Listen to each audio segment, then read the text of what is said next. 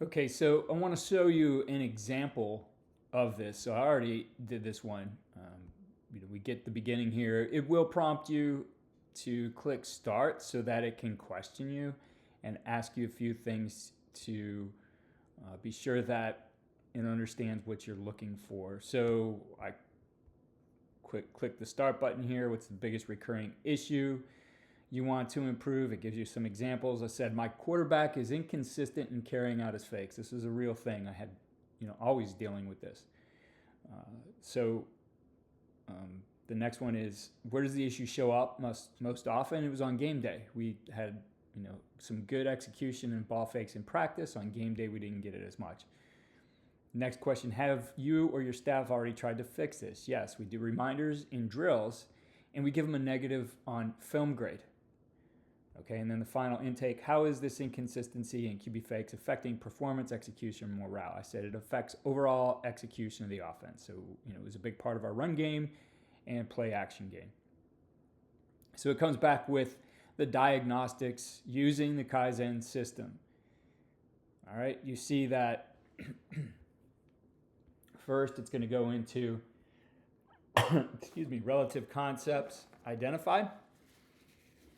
So it gives me the standard do, check, act breakdown, which is inconsistency on game day suggests the standard is either unclear or unstable. Okay, well, we preached it to them all the time, but obviously something's not connecting on game day. So it is unstable. Root cause tools, 5 whys, fishbone, the early signs ignored. It tells me, incomplete fake during the week, likely went unaddressed early.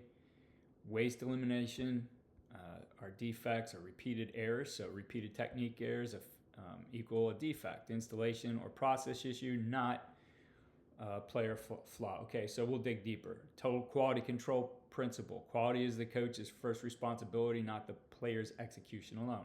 Okay, I agree with that. Root cause, the 5 whys.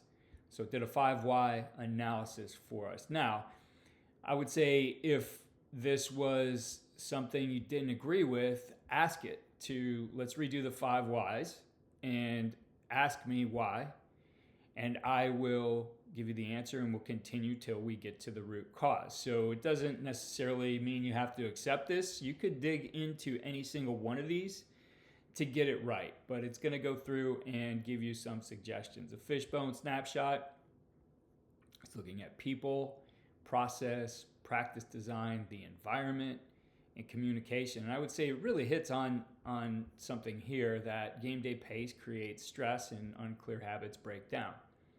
I think that's something that we had constantly. So reminders are reactive, not proactive or standardized. And I think that's the important part. Being more proactive, standardize what we're doing. So the PDCA plan do, check, act. We're going to define the new standard. Okay, it'll go through and it explains exactly what that is.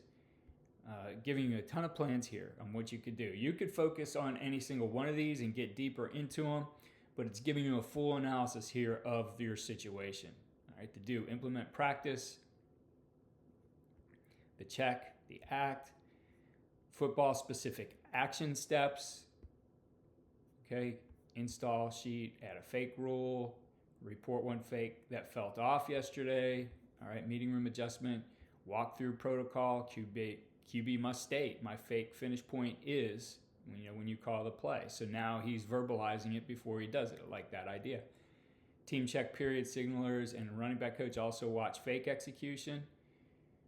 Okay, cross-functional QC, meaning it's not just the coach, it's other people who could get involved in this too. I think if I think back to, this is something I was always on my quarterbacks about, but yeah, you know what? In practice, I'm also focused on other things, so I'm not looking at the fake all the time. So assigning it to other people like that would be a good thing, and they simply could give them a thumbs up or thumbs down every single time, getting that feedback immediately. Okay, and then it asked me, what do you want me to do from here? And I said, let's create a written fake standard for your QB room. Okay, and so here it goes, and now here's the fake standard again. It's using the processes here. Purpose, why the fake matters. It explains that out in detail. If the fake is incomplete, the play is incomplete, even if the pass gains yards. So we got it a little bit off there because that could be the run, even if the run gains yards. Obviously, we want a complete fake on the play action as well. So with anything, you don't have to fully accept it. You could say, hey, I want to tweak this part of it.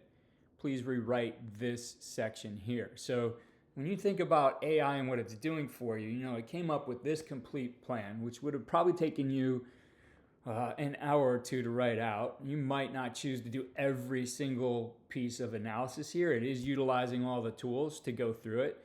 As I said, you can focus on a specific tool as you're using this to work on some of your continuous improvement. But I think it's a very powerful tool here. So standardize the fake technique, exact expectations. Again, you may have some different coaching points. So ask it to use your language and rewrite the section. But if you find it useful, then you have a tool right here. Okay, it goes through the action type, finish, landmark. Again, it's a starting point. You don't necessarily need to accept it. You can ask the AI to use your language, to update things, to give it a different coaching point maybe than what it suggested here. Okay, communication standard, the check standard, how it will be evaluated, okay, the weekly goal and quantification, the act standard, how we correct the drift, okay, and it mentions some of their tools here. Not quite right signs, part of this tool. Player self-assessment prompt, and then you continue further. So, this will allow you to keep going as much as you want to dig into things. When you're rating something and it intrigues you, ask it to do more.